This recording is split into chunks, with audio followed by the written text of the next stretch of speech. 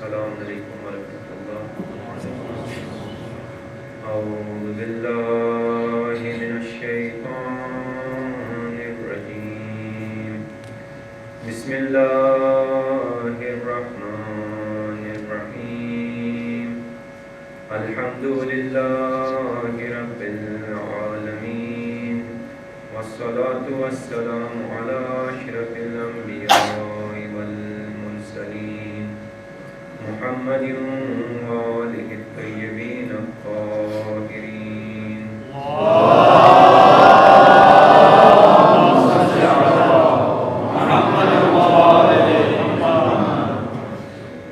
لا سیما بقیت اللہ الاعظم، روحی وارواح العالمین لتراب مقدمہ الفدا۔ بسم اللہ الرحمن الرحیم، اللہم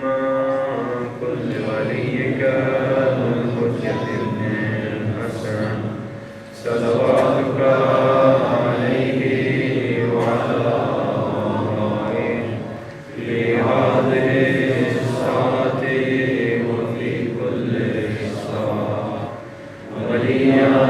وحافظاً وقائداً وناصرا ودلیلا وعینا حتی تسکنہ ارضک طوعا وتمتعہ فیہا طویلا۔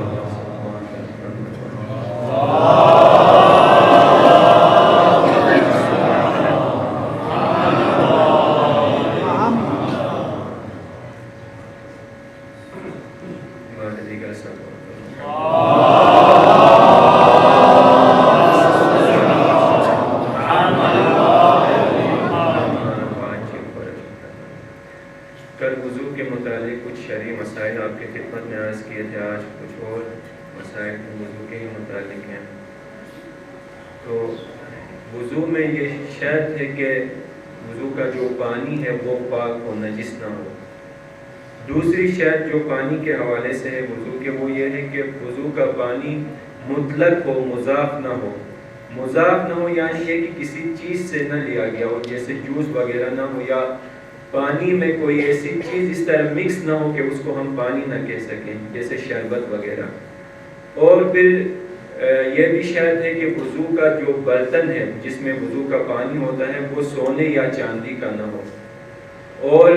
ایک دوسری شرط جو وضو کے پانی میں ہے وہ یہ کہ غصبی نہ ہو،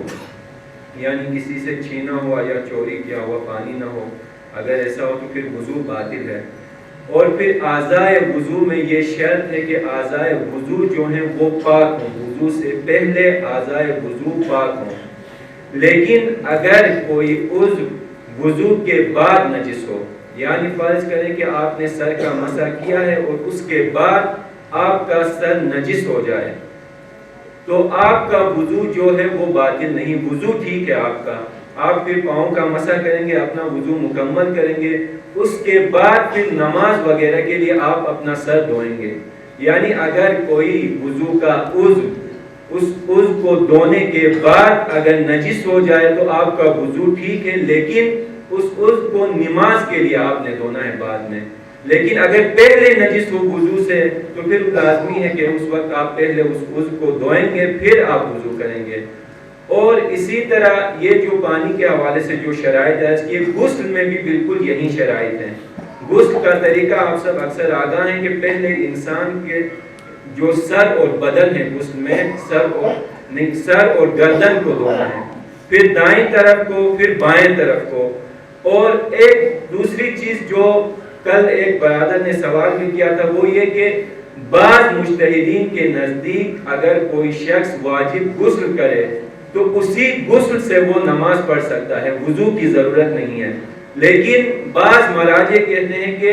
صرف غسل جنابت اگر کسی انسان پہ واجب ہو، اگر وہ غسل جنابت کرے تو صرف غسل جنابت سے نماز پڑھ سکتا ہے، باقی جو دوسرے جو غسل ہیں اس سے نماز نہیں پڑھ سکتا۔ تو یہ آپ پھر اپنے مراجع کی طرف رجوع کریں کہ آپ کا جو مجتہد ہے وہ اس حوالے سے ان کا کیا فتویٰ ہے۔ ایک سلوات پڑھیں محمد والے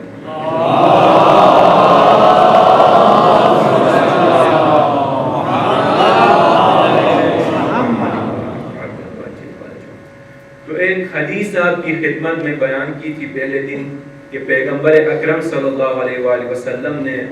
جو ایک شخص جب ان کے پاس گیا موت کی آرزو کے لیے، تو پیغمبر نے فرمایا کہ اگر آپ موت کی آرزو رکھتے ہیں تو 10 چیزوں کے لیے ہر چیز کے لیے 4 تحفے تیار کریں، اور انہی 10 چیزوں میں سے ایک چیز جس کے لیے پیغمبر اکرم صلی اللہ علیہ وآلہ وسلم نے فرمایا کہ 4 تحفے تیار کریں، وہ خود پیغمبر اکرم صلی اللہ علیہ وآلہ وسلم کی ذات ہے۔ پیغمبر فرماتے ہیں کہ ان اشخاص جن کے لیے موت سے پہلے 4 تحفے تیار کرنے ہیں، ان میں ایک خود پیغمبر اکرم ہے، اور وہ جو 4 تحفے جو پیغمبر فرماتے ہیں تیار کرنے کے لیے، ان میں سے سب سے پہلا جو تحفہ ہے پیغمبر کے لیے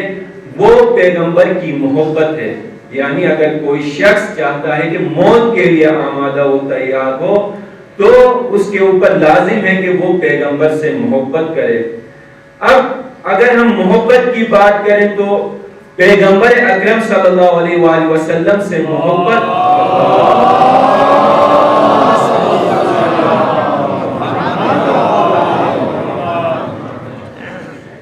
ایک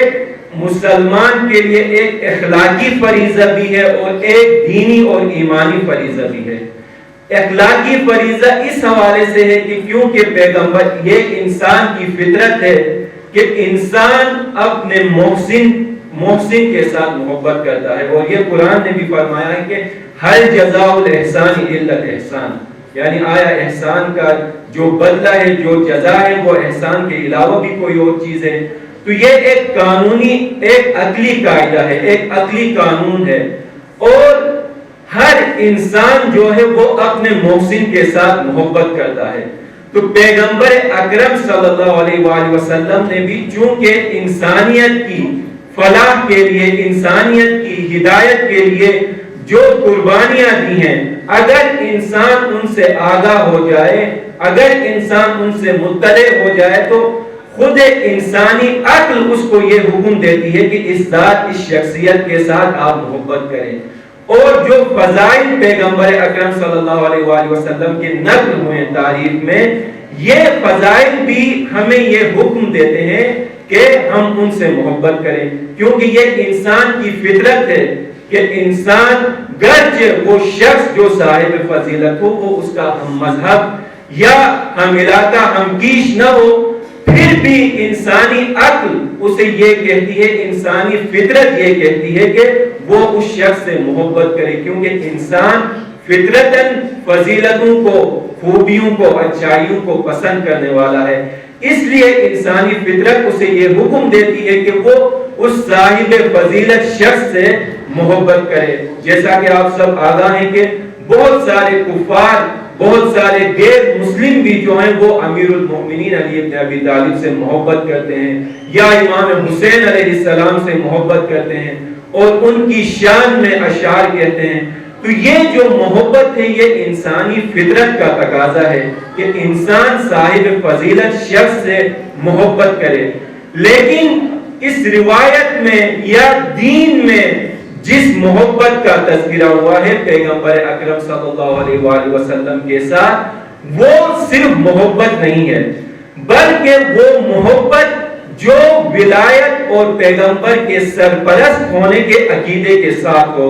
یعنی اس عقیدے کے ساتھ ہو کہ پیغمبر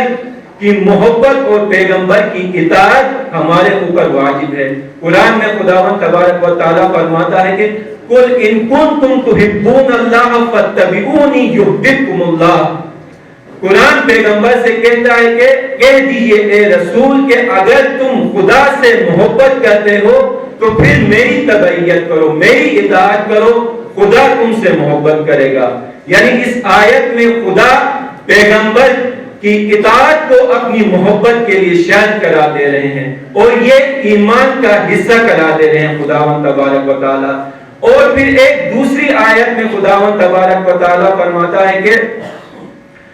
مَن یُطِعِ الرَّسُولَ فَقَدْ اَطَاعَ اللَّهَ، یعنی جس نے رسول کی اطاعت کی اس نے بتحقیق خدا کی اطاعت کی۔ یعنی اس روایت میں یا دین میں جس محبت کا، جس پیغمبر صلی اللہ علیہ وآلہ وسلم سے جس مودت کا ہمیں حکم دیا گیا ہے وہ محبت ہے جو اطاعت اور ولایت کے عقیدے کے ساتھ ہو. تو سب سے پہلا تحفہ جو پیغمبر اکرم صلی اللہ علیہ وآلہ وسلم اس حدیث میں فرماتے ہیں کہ پیغمبر کے لیے آمادہ و تیار کرے، وہ پیغمبر کی محبت ہے. اور دوسرا تحفہ جو اس حدیث میں پیغمبر نے فرمایا ہے کہ خود پیغمبر کے لیے آمادہ و تیار کرنا ہے، وہ ان کی سنت کی پیروی ہے، سنت کی اتباع ہے. اور یہ یاد رکھیں عزیزان محترم کہ انسان کی کسی شخص سے حقیقی محبت کا تقاضا یہ ہے کہ انسان اس شخص کی پیروی کرے، اتباع کرے. آپ دیکھیں کہ اکثر اس دنیا میں جب انسان کسی سے محبت کرتا ہے تو کوشش کرتا ہے کہ اپنے آپ کو ویسا بنائے جیسا اس کا محبوب چاہتا ہے. تو یہ حقیقی محبت کا تقاضا یہ ہے کہ انسان اس شخص سے جس شخص سے وہ محبت کرتا ہے اس کی پیروی کرے، اس کی سنت پر عمل کرے. ایک صلوات پڑھیں محمد وآل محمد.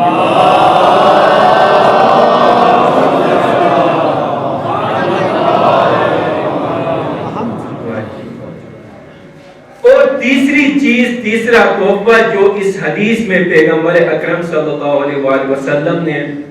خود اپنے لیے پیغمبر کے لیے آمادہ و تیار کرنے کا حکم دیا ہے، وہ ان کے اہل بیت کی محبت ہے. جس طرح عرض ہوا کہ اہل بیت سے بھی محبت، پیغمبر سے محبت کرنا انسان کا ایک فطرتی عمل ہے اور ایک عقل جس کا حکم دیتی ہے، بالکل اسی طرح اہل بیت سے محبت کرنے کا بھی عقل اور فطرت انسانی انسان کو حکم دیتی ہے، کیونکہ وہ بھی صاحب فضیلت تھے، وہ بھی صاحب اعلیٰ اقدار، اعلیٰ اخلاق کے مالک تھے. تو انسانی عقل یہاں پر بھی اس اہل بیت کے نسبت بھی اسے یہ حکم دیتی ہے کہ وہ ان سے محبت کرے. اور اس کے علاوہ دین کا بھی یہ حکم ہے، خدا کا بھی یہ حکم ہے اور قرآن کا بھی یہ حکم ہے کہ جو ایک مسلمان ہے کہ اس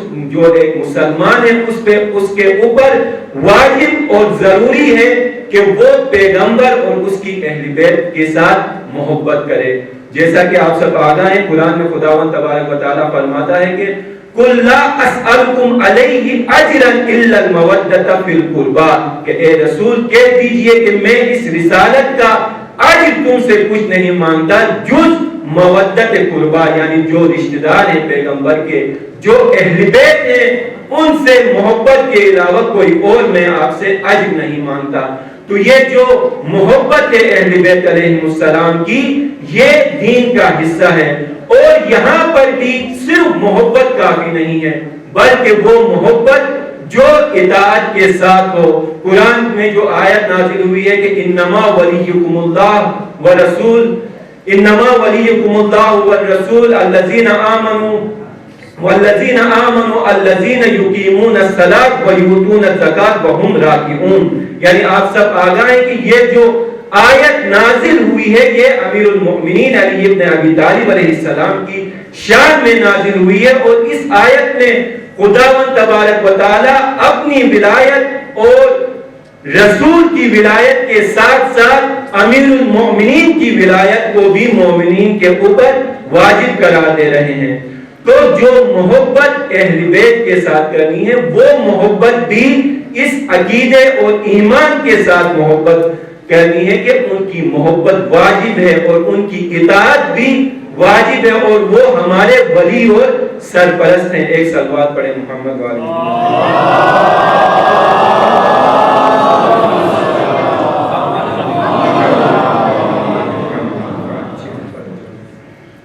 اور یہ جو اہل بیت کے ساتھ محبت ہے یہ تمام صرف تشیع کے ساتھ مختص نہیں ہے، بلکہ تمام اسلامی فرقے اس بات پہ متفق ہیں کہ اہل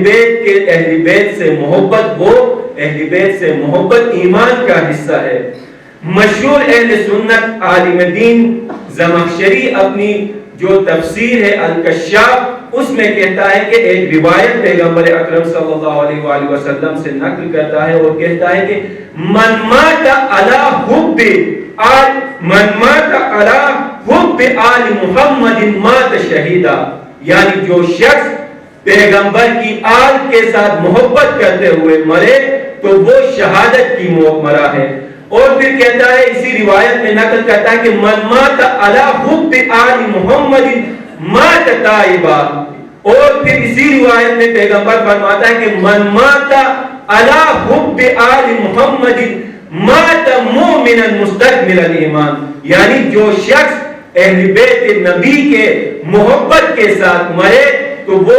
اس کی موت اس شخص کی مانند ہے کہ جو توبے کی حالت میں مرا ہو۔ اور پھر کہتا ہے کہ جو شخص اہل بیت کے ساتھ محبت کرتے ہوئے مرے تو اس کی مثال اس شخص جیسی ہے جو مومن مرا ہو اور جس کا ایمان بھی کامل ہو۔ اور پھر اسی روایت میں پیغمبر اکرم صلی اللہ علیہ وآلہ وسلم سے یہ نقل کرتا ہے کہ من مات علی بغض آل محمد مات کافرا، جو شخص اس حالت میں مرے کہ اس کے دل میں آل رسول کے ساتھ بغض ہو تو وہ کافر کی موت مرا ہے۔ اور پھر آخر میں کہتا ہے کہ من ماتا، یہ روایت کے آخر میں پیغمبر فرماتے ہیں کہ من ماتا علی بغض آل محمد لا یشم رائحۃ الجنہ، یعنی وہ شخص جو اہل بیت کے بغض کے ساتھ مرے گا حتیٰ وہ جنت کی بو بھی اسے نصیب نہیں ہوگی۔ تو اہل بیت کی جو محبت ہے وہ ایمان کا حصہ ہے، چاہے وہ کسی بھی مکتب میں کسی بھی مسلک سے تعلق رکھتا ہو۔ تمام مسلمان فرقے اس بات پہ متفق ہیں کہ اہل بیت کی محبت اور ان کے ساتھ عشق جو ہے ایمان کا حصہ ہے۔ اور عزیزان محترم یہ بھی آپ کی خدمت میں عرض کروں کہ نہ صرف ان اہل بیت نبی کے ساتھ محبت جو ہے ایمان کا شرط ہے، ایمان کی شرط ہے، بلکہ اتنی اعلیٰ فضیلت ہے یہ محبت اہل بیت علیہ السلام کے خداوند تبارک و تعالی فقط اس محبت کی خاطر بہت سارے انسان کے گناہ جو ہے وہ معاف کرتا ہے۔ رسول اکرم صلی اللہ علیہ وآلہ وسلم فرماتے ہیں ایک روایت میں، ایک صلوات پڑھیں محمد والے،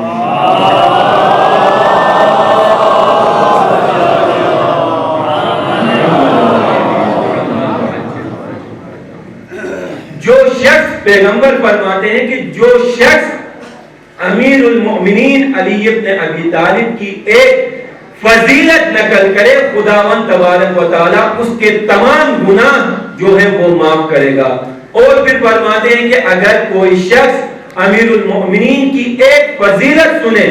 تو خدا اس کے وہ تمام گناہ معاف کرے گا جو اس نے کانوں سے انجام دیے ہوں۔ اور پھر فرماتے ہیں پیغمبر کہ اگر کوئی شخص امیر المؤمنین کی کوئی ایک فضیلت پڑھے، کوئی ایسی کتاب پڑھے جس میں امیر المؤمنین کی فضیلت لکھی ہوئی ہو تو خداوند تبارک و تعالیٰ اس کے وہ تمام گناہ معاف کرے گا جو اس نے اپنی آنکھوں سے انجام دیے ہوں۔ اور پھر پیغمبر فرماتے ہیں کہ اگر کوئی شخص امیر المؤمنین کی کوئی ایک فضیلت لکھے تو جب تک یہ تحریر موجود ہے خداوند تبارک و تعالیٰ بعض فرشتوں کو مقرر کرے گا کہ جب تک یہ تحریر موجود ہے اس شخص کے لیے استغفار کریں۔ اور پھر پیغمبر فرماتے ہیں کہ النظر الی علی عبادہ ذکرہ عبادہ لا یقبل اللہ تبارک و تعالی ایمان عبد الا بولایتہ والبراءۃ من اعدائہ۔ پیغمبر فرماتے ہیں کہ امام علی علیہ السلام کی طرف نگاہ کرنا بھی عبادت ہے، امیر المؤمنین کا ذکر بھی عبادت ہے، اور امیر المؤمنین اور کسی انسان خداوند تبارک و تعالی کسی انسان کا ایمان اس وقت تک ایمان کو قبول نہیں کرتا جب تک وہ شخص امیر المؤمنین کی ولایت پر ایمان لائے اور اس کے دشمنوں سے برات اور نفرت کرے۔ تو یہ مقام ہے محبت امیر المؤمنین اور محبت اہل بیت علیہ السلام کا۔ اور عزیزان من کی آپ آگاہ ہیں کہ جب انسان کوئی ادعا کرتا ہے، کوئی محبت اور عشق کا اظہار کرتا ہے تو پھر اس محبت اور اس عشق کی بعض علائم، بعض علامات اور بعض نشانیاں بھی ہوتی ہیں۔ اور جو اہل بیت نے خود جو علامت اور جو نشانی بیان کی ہے اپنے محبوں کی وہ یہ ہے کہ ان کے جو محب ہیں وہ ان کے غم میں مغموم ہیں اور ان کی خوشی میں وہ خوش ہیں۔ اور اسی علامت اور اسی جو نشانی بیان کی گئی ہے اہل بیت کی طرف سے، ائمہ کی طرف سے، اس کا ایک مصداق یہ حسین علیہ السلام پر گریہ کرو اور تمہارے آنکھوں سے آنسو بہیں اور وہ آنسو تمہارے رخسار پر آئیں تو خداوند تبارک و تعالیٰ تمہارے وہ تمام گناہ معاف کرے گا، تمام گناہ معاف کرے گا، خواہ وہ چھوٹے ہوں یا بڑے ہوں، کم ہوں یا زیادہ ہوں۔ یہ فضیلت ہے عزاداری امام حسین علیہ السلام کی۔ اور پھر رسول اکرم صلی اللہ علیہ وآلہ وسلم فرماتے ہیں کہ کل عین باقیت یوم القیامہ الا عین بکت علی مصاب الحسین فإنها مستبشرۃ بنعیم الجنہ۔ پیغمبر اکرم صلی اللہ علیہ وآلہ وسلم فرماتے ہیں کہ قیامت کے دن تمام آنکھیں جو ہیں وہ کل عین باقیت، وہ روئیں گی، وہ گریہ کریں گی۔ قیامت کے جو حالات ہیں وہ اور جو مشکلات مسائل ہیں وہ دیکھ کے تمام آنکھوں میں آنسو آئیں گے، ہر انسان روئے گا، مگر وہ آنکھ جو امام حسین علیہ السلام کے غم میں روئی ہو، وہ شخص جو امام حسین علیہ السلام کے غم میں رویا ہو، وہ شخص خوشحال ہوگا۔ جب اس کو بہشت کی جو خوشخبری سنائی جائے گی تو وہ شخص خوشحال ہوگا۔ تو عزیزان محترم، یہ ایک بہت عظیم نعمت ہے ہمارے پاس جو عزاداری امام حسین علیہ السلام ہمارے پاس ہے، جو ایک سنت چلی ہے۔ آج یہ ہماری ذمہ داری بنتی ہے کہ ہم اس سنت کو حفظ کریں، اس کی تحفظ کریں، اور ساتھ ساتھ صرف محبت کا اظہار کرنا کافی نہیں ہے۔ یہی عزاداریوں میں، انہی مجالس میں ہماری جو شرکت ہے وہ اس بات کی دلیل ہے، ہمارے محبت اور عقیدت کی دلیل ہے۔ اہل بیت کے ساتھ ایک صلوات پڑھیں محمد و آل محمد۔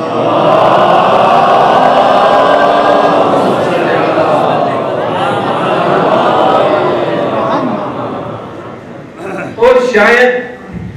بعض افراد کے ذہن میں یہ سوال اٹھے کہ کیسے ہو سکتا ہے کہ صرف امام حسین علیہ السلام کی ایک فضیلت بیان کرنے سے خدا انسان کے تمام گناہ معاف کرے، یا امام حسین علیہ السلام کے مسائل پر رونے سے خدا انسان کے تمام گناہ معاف کرے۔ تو یہ قرآن میں بھی ہمیں ملتا ہے، اس کے لیے جو مثال ہے وہ قرآن میں ہمیں ملتی ہے کہ خداوند تبارک و تعالیٰ قرآن میں فرماتا ہے کہ وہ بنی اسرائیل کو وَإِذْ قُلْنَا ادْخُلُوا هَٰذِهِ الْقَرْيَةَ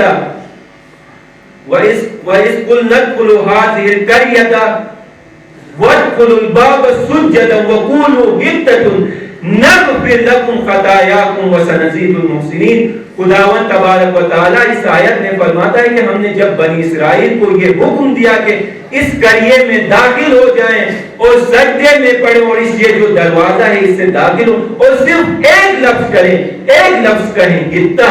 صرف حطہ کہیں، خداوند آپ کے تمام گناہ جو ہے وہ معاف کرے گا۔ یعنی بنی اسرائیل کو خدا فرماتا ہے کہ صرف ایک لفظ کہنے سے خدا آپ کے تمام گناہ معاف کرے گا۔ تو بالکل اسی طرح یہ جو پیغمبر کی روایت ہے یہاں پہ بھی ممکن ہے، کیونکہ وہ جو مقام ہے امیر المومنین کا خداوند تبارک و تعالیٰ کے نزدیک، اس کی وجہ سے جب ہم فضائل امیر المومنین بیان کریں تو خداوند تبارک و تعالیٰ ہمارے تمام گناہ معاف کرے۔ اس میں کوئی تعجب کی بات نہیں، کوئی عجیب بات نہیں۔ اور یہ پھر جیسا عرض ہوا کہ یہ وظیفہ ہے ہمارا کہ ان فضائل کو ذکر کریں، ان فضائل کا تحفظ، ان کا ذکر، یہ ہمارا فریضہ ہے۔ اور جس طرح آپ سب آگاہ ہیں کہ جس طرح کوششیں ہوتی ہیں کہ اہل بیت کے فضائل کو مٹانے کی، اس میں ایک محب اہل بیت کی یہ ذمہ داری بنتی ہے کہ وہ ان کے تحفظ کے لیے اپنی تمام تر کوششیں بروئے کار لائیں، کیونکہ محبت جب انسان کسی شخص سے، کسی فرد سے محبت کرتا ہے تو اس محبت کا ایک تقاضا یہ بھی ہے کہ انسان اس شخص کی شخصیت کو حفظ کرنے کے لیے جو اس کی خوبیاں ہیں دوسرے لوگ جب ان کے اوپر پردہ ڈال رہے ہیں تو یہ محبت کا تقاضا ہے کہ وہ محب اپنے اس محبوب کی خوبیوں کو برملا کرے، ان کا تحفظ کرے، ان کے لیے قربانی دے۔ یہ محبت کی علامت ہے عزیزان من۔ اور پھر جو اہل بیت علیہ السلام کے لیے قربانی، ان کی فضیلتوں کے لیے قربانی، یہ انسان کے لیے بہت ہی بڑی نعمت ہے۔ روایت میں ملتا ہے کہ امیر المؤمنین علی ابن ابی طالب علیہ السلام کے ایک صحابی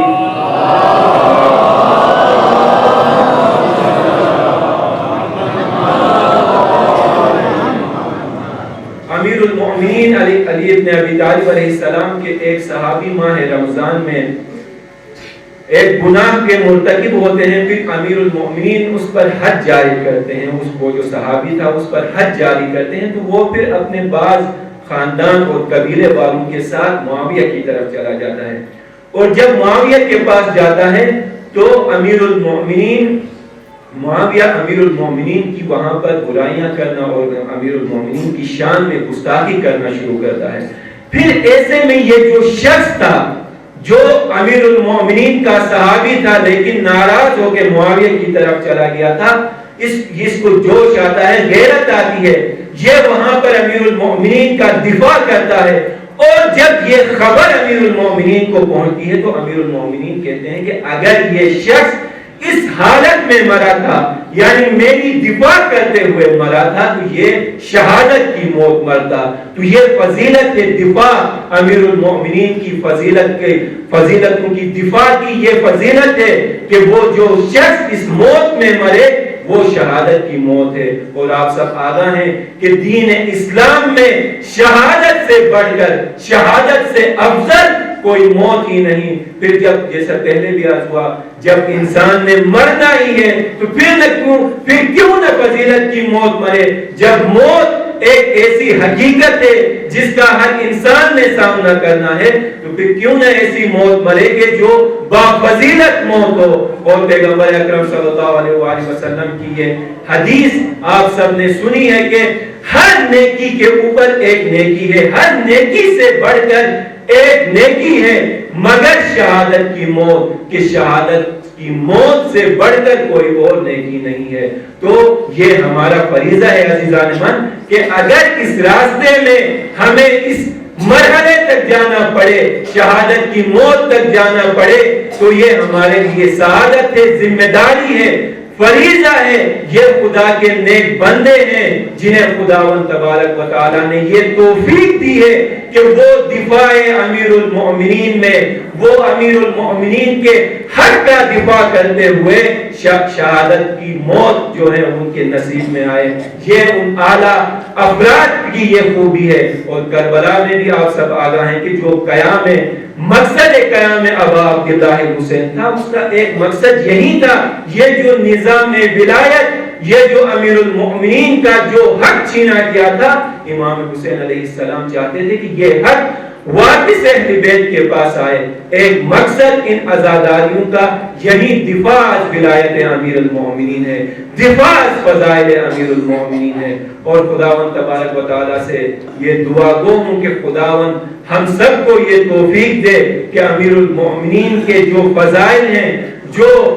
خوبیاں مختص ہیں، جو صفات مختص ہیں امیر المؤمنین کے ساتھ، ان کی دفاع کی ہمیں خدا توفیق دے، اور اس راہ میں شہادت کی موت کی خدا ہم سب کو توفیق دے۔ صلی اللہ علیہ یا ابا عبداللہ، صلی اللہ علیہ یا ابا عبداللہ، صلی اللہ علیہ یا ابا۔ امام حسین علیہ السلام کے جب تمام آوان و انصار شہید ہوئے اور ان کے اہل بیت میں سے جو آخری شخصیت بچی تھی وہ حضرت ابوالفضل العباس کی شخصیت تھی۔ جب آوان و انصار اور اہل بیت سب شہید ہوئے تو امام حضرت عباس نے امام حسین علیہ السلام سے میدان جنگ کی اجازت جب طلب کی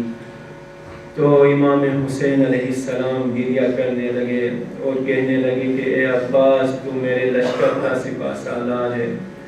حضرت عباس نے امام حسین علیہ السلام سے عرض کیا کہ میرے بھائی مجھ سے آپ کی یہ حالت نہیں دیکھی جا رہی، مجھے اجازت دیں میدان جنگ میں جانے کی۔ امام حسین علیہ السلام حضرت عباس سے کہتے ہیں کہ آپ جائیں اور ان بچوں کے لیے پانی لے کے آئیں۔ حضرت عباس پانی لینے کے لیے فرات کی طرف نکل پڑتے ہیں اور دشمن کو فرات سے ہٹاتے ہیں. اور تاریخ میں ملتا ہے کہ حضرت عباس جب فرات پر پہنچتے ہیں تو اپنے چلو میں پانی اٹھاتے ہیں، لیکن حضرت عباس کو امام حسین کی پیاس یاد آتی ہے اور وہ پانی حضرت عباس گرا دیتے ہیں اور مشکیزے کو بھر کر واپس خیموں کی طرف روانہ ہوتے ہیں. جب حضرت عباس واپس خیموں کی طرف روانہ ہوتے ہیں تو دشمن ان کو چاروں طرف سے گھیر لیتا ہے اور ان پر حملہ کرتا ہے. حضرت عباس کے دونوں بازو کاٹ دیے جاتے ہیں اور ایک لعین کا تیر حضرت عباس کی آنکھ میں لگتا ہے. اور جب حضرت عباس اس تیر کو نکالنے کے لیے اپنے ٹانگوں کے ذریعے سے نکالنے کے لیے جھکتے ہیں تو ایک عمود آئین ان کے سر پر پڑتا ہے اور حضرت عباس گھوڑے سے نیچے گر جاتے ہیں اور امام حسین کو صدا دیتے ہیں. جب امام حسین علیہ السلام حضرت عباس کی آواز سنتے ہیں تو فوراً قتل گاہ کی طرف دوڑ پڑتے ہیں. امام حسین جب حضرت عباس کے جنازے پر جب حضرت عباس کے پاس پہنچتے ہیں تو یہ الفاظ ہیں تاریخ کے حضرت امام حسین علیہ السلام فرماتے ہیں کہ عباس کی شہادت سے میری کمر ٹوٹ گئی اور میری امید ختم ہو گئی. حضرت عباس کو امام حسین نہر کے کنارے ہی چھوڑ کر خیموں کی طرف روانہ ہوتے ہیں اور اس حالت میں روانہ ہوتے ہیں کہ نا امیدی کے آثار امام حسین علیہ السلام کے چہرے پر واضح تھے. اور تاریخ میں یہ بھی ملتا ہے کہ امام حسین حضرت زینب سلام اللہ علیہ سے کہتے ہیں کہ آپ جائیں اور مقدرات عصمت سے یہ کہہ دیں کہ وہ اسیری کے لیے تیار ہو جائیں. لعنت اللہ علی القوم الظالمین وسيعلم الذين ظلموا أي منقلب ينقلبون. حسین